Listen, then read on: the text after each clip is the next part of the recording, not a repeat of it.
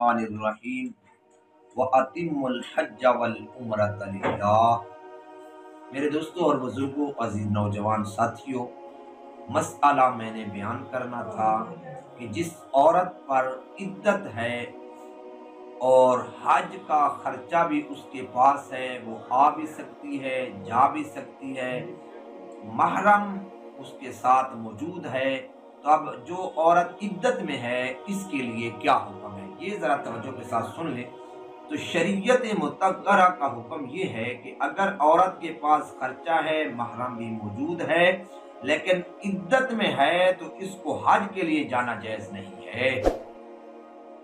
खा इद्दत फस्के निकाह की हो, या तलाक की हो, या शोहर की मौत की हो, कोई भी इद्दत है औरत के लिए, तो औरत हज पर नहीं जा सकती। अगर इद्दत में हज या उम्रे पर ये औरत चली गई तो ये औरत गुनाहगार होगी। ये बात सेह नशीर कर लें कि औरत पर जब इद्दत हो तो उसके लिए क्या मसला है, ये मैंने बता दिया है। अगला मसला क्या है कि अगर औरत के पास हज का खर्चा है लेकिन महरम या शोहर नहीं है और उम्र भर ना निकाह हुआ ना महरम मिला, तो मरने से पहले वसीयत कर जाए। करना वाजिब है कि मेरी तरफ से हज करा देना, और ये वसीयत इसकी तिहाई माल से जायज होगी, क्योंकि आपको पता है फिर विरासत के अहकामात शुरू हो जाते हैं।